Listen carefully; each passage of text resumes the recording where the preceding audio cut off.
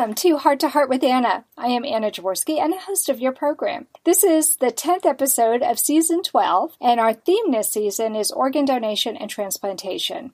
I'm very excited for today's show to feature former professional soccer player who was born with a congenital heart defect, Chuck Estrada. He is here to share his story with us about his heart journey and to help us better understand some common misconceptions regarding organ donation and transplantation.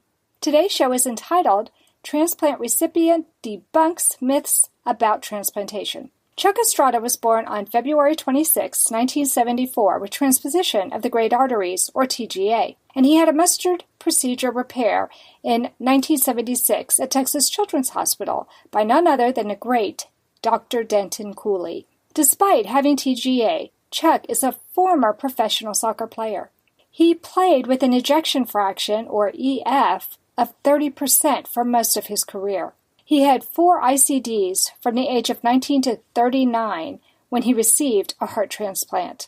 He amazed everyone by walking out of Cedars-Sinai in Los Angeles only 7 days after transplant and playing half a season in the United Premier Soccer League, or UPSL, just 4 months post-transplant. He is currently a head coach for a UPSL team in Colorado. But the reason he's on our program today is because he wants others to have a better understanding of the myths surrounding transplantation. Chuck is going on 5 years with his new heart, and he has become a very strong advocate for organ donation and transplantation. Welcome to Heart with Anna, Chuck. Oh, I'm so happy to be here. Thank you, Anna. Well, I'm excited to have you on the show. I believe you are the very first professional soccer player that has ever been on Heart to Heart with Anna. Oh, that sounds fun. Yeah. I actually had an Olympic figure skater who was also born with a heart defect. Did you know that? No, I did not. Yeah. Paul Wiley was actually born with bicuspid aortic valve, and he came on and talked during our Cardiac Athlete series. Oh, wow. That's great. I know that the snowboarder was also born with a CHD. That's right. Shaun White. Shaun White, yes. Yeah. Yes. I mean, there's more and more of you out there. That is what is so exciting to me, is that you all are having such successful surgeries that you are able to lead a much more normal life. And in some cases, like yours and Shaun White's and Paul Wiley's, an extraordinary life. Yeah, I tell you, in looking back, the years that I have, 44 years now since I was born and 42 since I've had the mustard repair. Even back then, they didn't think that even with those types of procedures done, that we would have a very long life expectancy. So I'm really excited to be here and talk with you about all of this. Well, let's go way, way, way back in time. As I know you probably don't remember your mustard procedure since you were so young. But why don't you talk to us about what it was like growing up in the 70s and 80s with that big scar down your chest? That's an interesting question there, Anna. For me, I really didn't notice or really have a fear of showing my scar. Like a lot of CHDers, we grew up understanding that going to the hospital, having appointments is just a regular part of life. So that's how my parents treated me, was just another one of their 4 children. And I really never had a predisposition, so to speak, to wanting to cover anything up. So I just thought everyone else had a scar. And as a young boy, I went swimming. I did all those things just thinking it was normal. So you have 3 brothers and sisters? Yeah, I have 2 older brothers and 1 younger sister. Okay, and did your older brothers just treat you like one of the gang? Yeah, everybody just treated me like one of the gang. It was, at times, I had a little bit that I could use for an excuse, but, really was just... Yeah, it doesn't sound like too much. One of the boys. Okay, so 2 older brothers, that'll normalize you more than anything. Absolutely, really fast. Now, were your brothers also soccer players? Actually, my oldest brother was a soccer player. He actually played professionally in Germany. My dad is a retired Army senior officer. Okay. I got a chance to see the world. Uh-huh. And part of that, I was able to see some of the best doctors in the world, like Dr. Denton Cooley, when we were stationed there in Houston. So it was a great way for me. I think I had some care that was exceptional, mostly because with my father being in the military, he was able to choose duty stations based on the fact that I was a child in need of health care. So we were able to go back to some of the best in the world, such as Dr. Cooley there at Texas Children's Hospital. That's just amazing to me. And I love it that your brother was also a soccer player. Is that where your love for soccer came from? No, actually it wasn't. My love of soccer came from the fact that I was actually a standout high school baseball player. And here in Colorado, where I grew up, pretty much, we moved here in 1986, so I was around 12 years old when we moved here. Soccer was just another way of keeping into shape during the off season because we had pretty harsh winters. We didn't have a baseball program that lasted all year round. It was just for the springtime. So soccer fell in the fall. So I played soccer in the fall and played baseball and actually wrestled a couple of years in high school as well. Wow. Just to stay in shape. Wow. Well, what amazed me was when I was reading your bio and you said that you played soccer with an ejection fraction of 30% for most of your career. The research that I did stated that a normal EF is 55% or higher. So having one at 30% is almost half of what it should be. How did having such a low EF affect your quality of life during that time?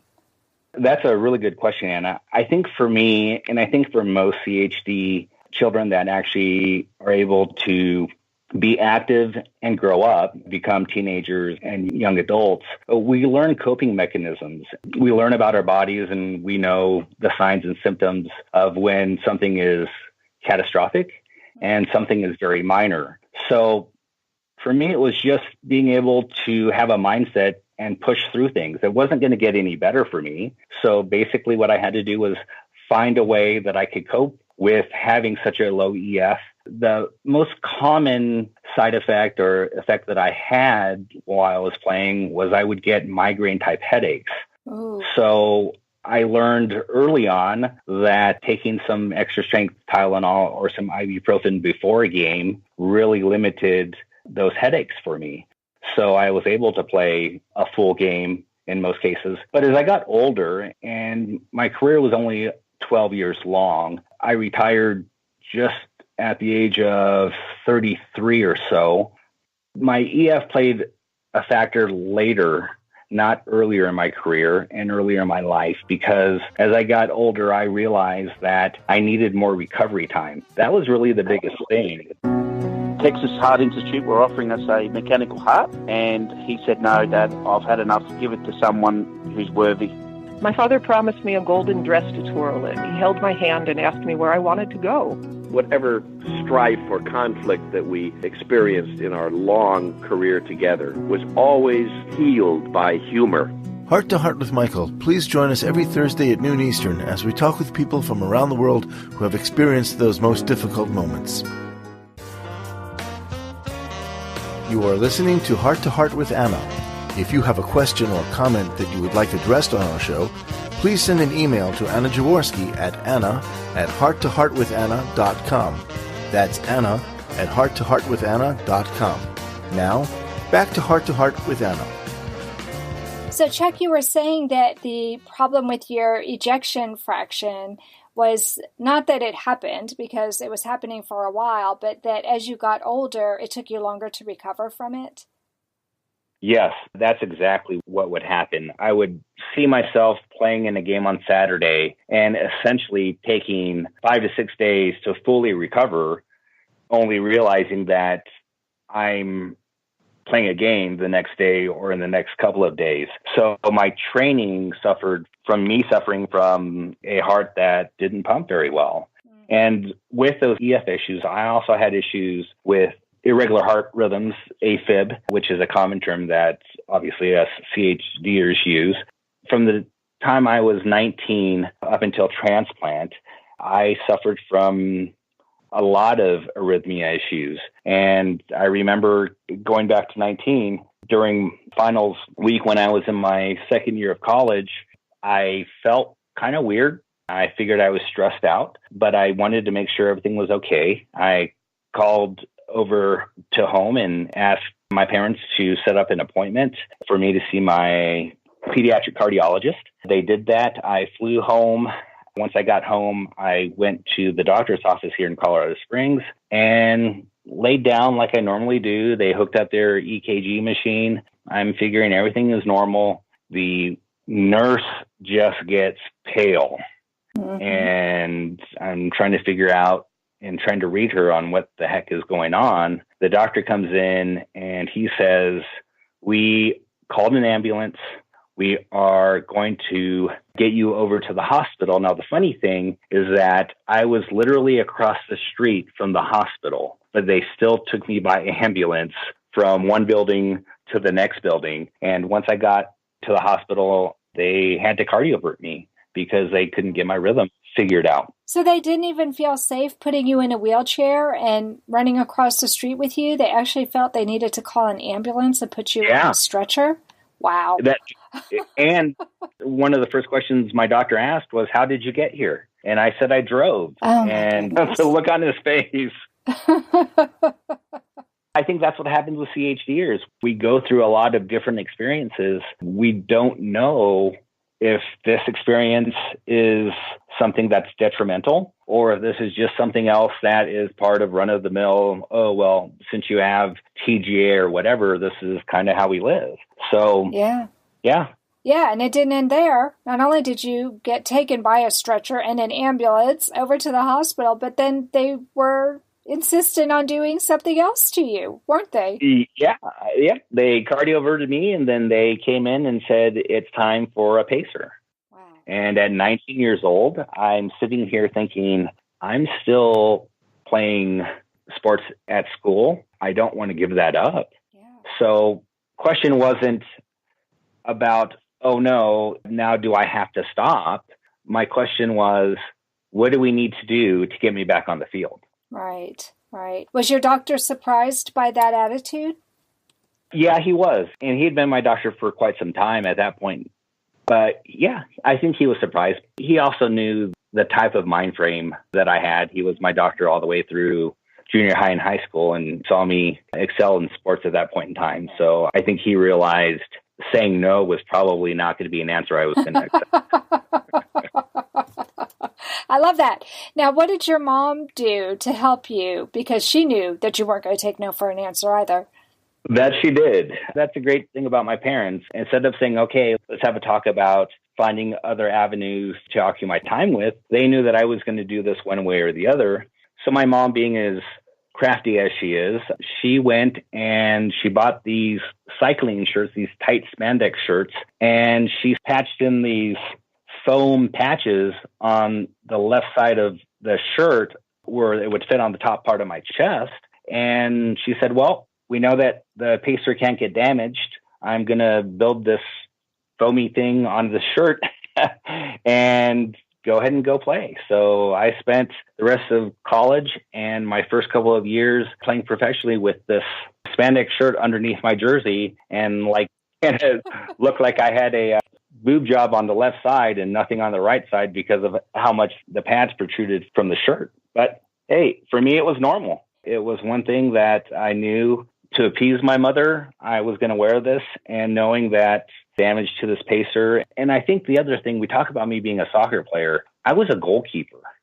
So I was getting shots taken at me left and right all day long. And not only was I a goalkeeper, I played a sport that a lot of people don't know there's a professional sport out there. I played professional indoor soccer, which is a lot like hockey and basketball put together, but you kick the ball. So I was in close quarters making saves, guys kicking these balls at 45, 50 miles an hour from 10 feet away, 12 feet, 15 feet away. Wow. Now, did it ever hit where the padding was? And did that actually help to protect it? You know, I'd like to say yes, it did. I was definitely hit quite a few times. I mean, my chest, my face, getting hit all over the place. But there came a time where I decided that it became a little bit too cumbersome to wear. So I stopped wearing those pads probably my third year playing at the professional level. And I can say I've gotten hit there quite a few times with a pacer and ICD, but really never had any issue. Thank goodness, knock on wood, I guess. Well, now you said that you had several pacemakers and ICDs. Were they getting smaller and a little bit less worrisome as you grew older? Yeah, I mean, they did. And when I went from pacer to ICD, the units that we had at that point in time were a little bit smaller than the pacers for some reason. Mm-hmm. But every implant was placed in the exact same location, just one after the other. So I don't know if I built enough scar tissue or just some muscle mass that I was able to put on that also helped protect it. But those things stayed in place for the most part. Well, let's fast forward and talk about when you discovered that you would need a heart transplant. Okay. So I stopped playing soccer in 2007. And 2008, I was approached by a professional soccer team that was coming to Denver, and they were looking for a head coach. I ended up getting the position as a head coach in 2008 and spent 2 years training, coaching. And at that point in time, I really started to decline in health.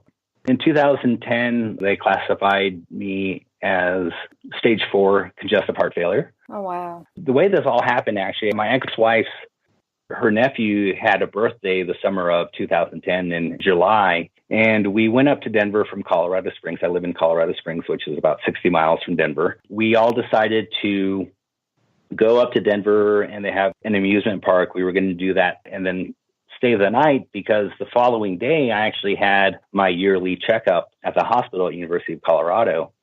And the night that we got back from all the fun stuff at the amusement park, I wasn't feeling very well at all. So I ended up driving myself once again to UCH, to their emergency room. And then that's when they realized that the congestive heart failure had just gotten to a point where it was time to do something. So they admitted me immediately, July of 2010, and I spent 2 weeks in the hospital. And within those 2 weeks, or during those 2 weeks, they came in and said, we need to start evaluating you for heart transplant. Wow. That's kind of when it hit us, at least for me as a CHD kid and young adult. We always thought about transplant. You know, I thought, man, if I got a transplant, that would fix everything. So when we got to that point in 2010, I was on board. I'm like, okay, let's do this. Let's go through the transplant. Let's go through the process.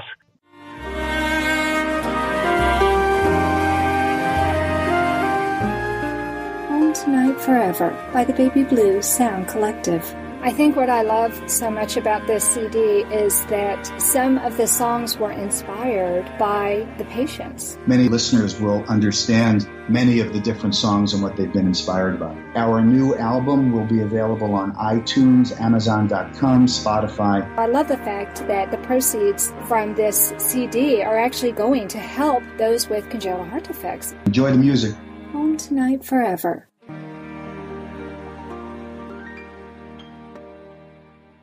Anna Jaworski has written several books to empower the congenital heart defect, or CHD, community. These books can be found at Amazon.com or at her website, www.babyheartspress.com. Her bestseller is The Heart of a Mother, an anthology of stories written by women for women in the CHD community. Anna's other books, My Brother Needs an Operation, The Heart of a Father, and Hypoplastic Left Heart Syndrome, a handbook for parents, will help you understand that you are not alone. Visit babyheartspress.com to find out more. I was really interested when you said how when you were younger, you used to think, oh, I just need to get a heart transplant and then I'll be fixed, because I think that is something that most people think. Tell us what the truth is. Let's debunk this to begin with. What is it like to really get a heart transplant? Oh, wow. That's a great question, Anna. And I can say this.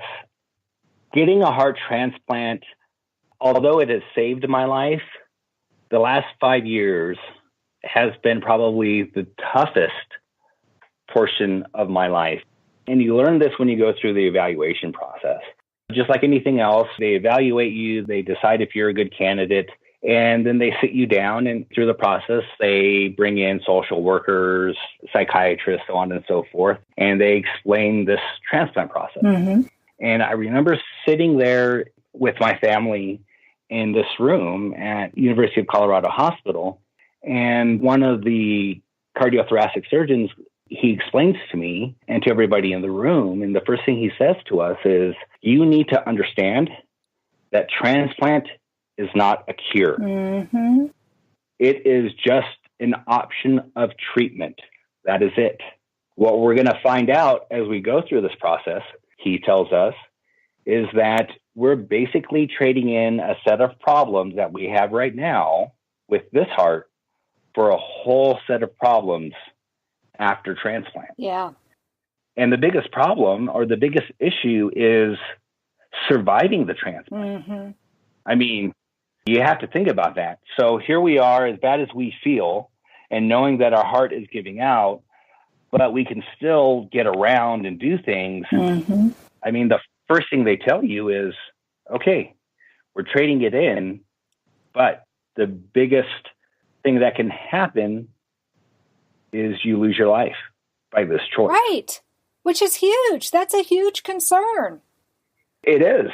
Of course, I get presented with that option, and of course, I say, let's do it. You were ready to go. And I totally get it because you were feeling so bad. I mean, I think about you living with that ejection fraction of 30% for year after year after year. And as you age and get older, it starts taking you longer to recover. You're not feeling so good. You're having to go through these ablations, which is no fun, and going through one ICD after another. I mean, it's not like you had an easy life. I can imagine you saying, wait a minute, let's just try it. It's got to be better than what I've been going through. Exactly. Okay, so first myth we debunked, first of all, it's not a cure, and you won't be the bionic man. No. However, you are a lot better now than you were when you did have a very sick heart. Yes, I'm definitely better now. But this process now, post-transplant, is 5 years. Now, if we go back to pre-transplant, I was listed in October of 2010. I waited on the transplant list for 1,000 days. Oh, my goodness. So at 1,000 days, they basically called me in, and the doctors at UCH, which, again, I credit them for saving my life, they weren't egotistical to the point where they felt like it only had to be them. They actually said, hey, we're not going to find you a heart. It's not going to happen here. So we have to send you somewhere else. Wow. And that somewhere else was Cedars-Sinai in Los Angeles, which is the #1 transplant hospital in the world. And I took that and I ran with it. Now, how long were you at Cedars-Sinai before you got your heart? Okay, so that's a great question. 1,000 days I waited here in Colorado. And Colorado is a regional hospital. So it serves not only Colorado, Wyoming, North and South Dakota, New Mexico, and Nebraska. I get to Los Angeles. I go through their evaluation process. I get approved. I get listed there. From getting listed to the day I received my heart was 39 days. Wow. Exactly. Wow. The other wow part about that is that this heart that I have now was actually the 5th offer that they had in 39 days. So they had 4 other hearts that were offered to my doctors for me, but my doctors turned them down until this one came up. So I waited for 1,000 days in Colorado and never got an offer.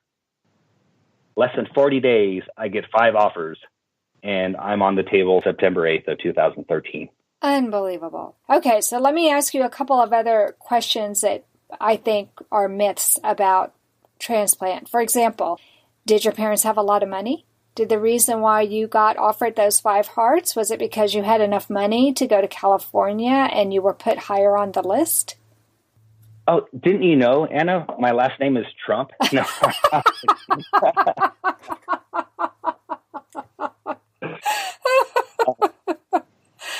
No, I didn't know that, Chuck.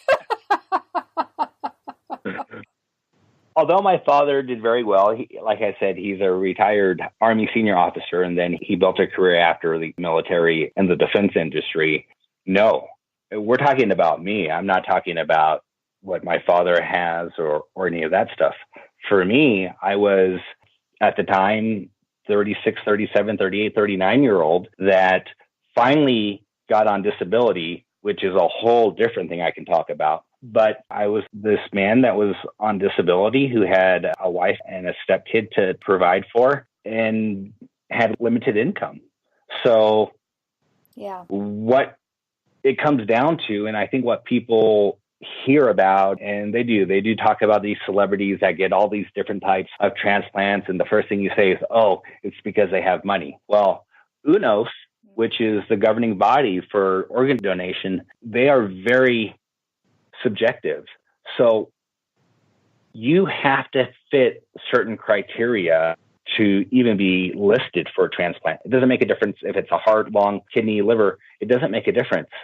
But one of the main criteria is that you have to have the ability to pay for your transplant. And for 99.999% of the people out there, it's insurance. And you have to have insurance. I mean, that's the first question is, do you have insurance? And if I would have said no, then the possibility of me getting listed was probably 0 to nothing. Wow. I have one more question for you. The time has flown, and I'm going to have you come back on the show, Chuck, because you're so fascinating. Absolutely. I'd love to. But just for us to debunk one more thing that I've heard about, or maybe not debunk, but let's just talk about this. I have a lot of friends and children of friends who have had heart transplants, and they tell stories about waking up and craving foods that they didn't used to like, or picking up habits that they didn't used to have, and come to find out the donor liked those foods, or the donor had those habits. What do you think of those stories? Oh, that's a very good and interesting question, to be honest with you, Anna. I can tell you this. Before transplant, I would definitely say those people who have said those things were either trying to get attention or trying to, I don't know, just because, people come up with different stories and they want to sound interesting.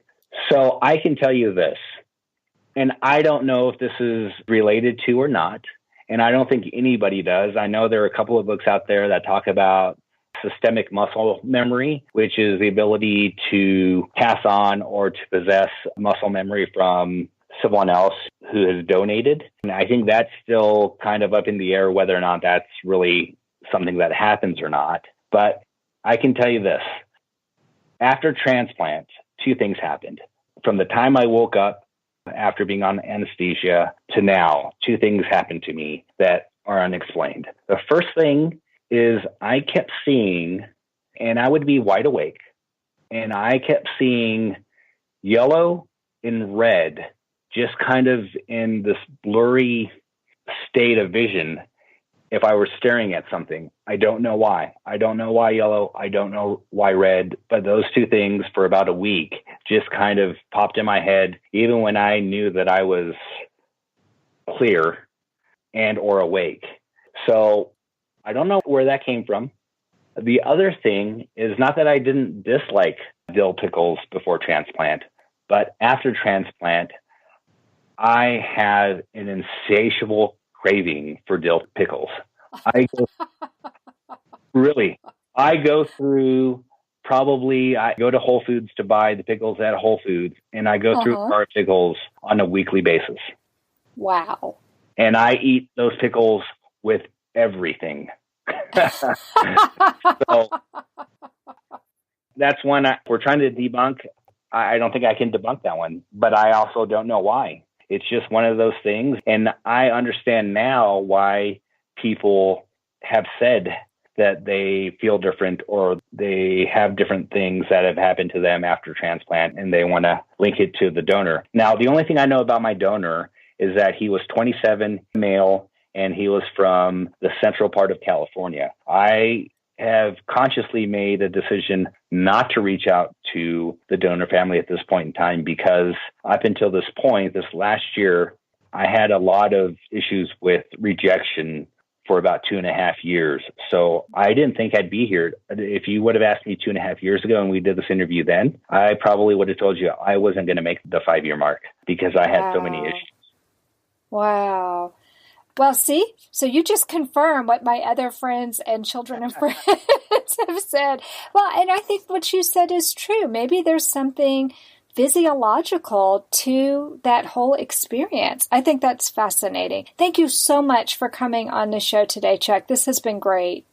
No, Anna, thank you. I really appreciate you asking me to come on. And as I've told you before, I love and I want to share my story because people out there need to hear stories like this and understand as CHDers and CHD parents that life isn't lost because you have a CHD. I want to spread that word. I love it. I love it. Well, that does conclude this episode of Heart to Heart with Anna. Thanks for listening today, my friends. Find us on YouTube. Just look up my name, Anna Jaworski. And my deaf kids used to say it's 3 little words, Jaworski, Jaworski. And please subscribe. And remember, my friends, you are not alone. Heart to Heart with Anna is a presentation of Hearts Unite the Globe and is part of the Hug Podcast Network. Hearts Unite the Globe is a non-profit organization devoted to providing resources to the congenital heart defect community to uplift, empower, and enrich the lives of our community members. If you would like access to free resources pertaining to the CHD community, please visit our website at www.congenital-heart-defects.com for information about CHD, the hospitals that treat children with CHD, summer camps for CHD survivors, and much, much more.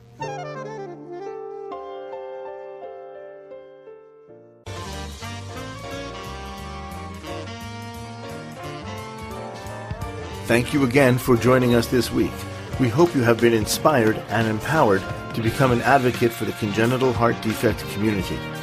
Heart to Heart with Anna, with your host Anna Jaworski, can be heard every Tuesday at 12 noon Eastern Time.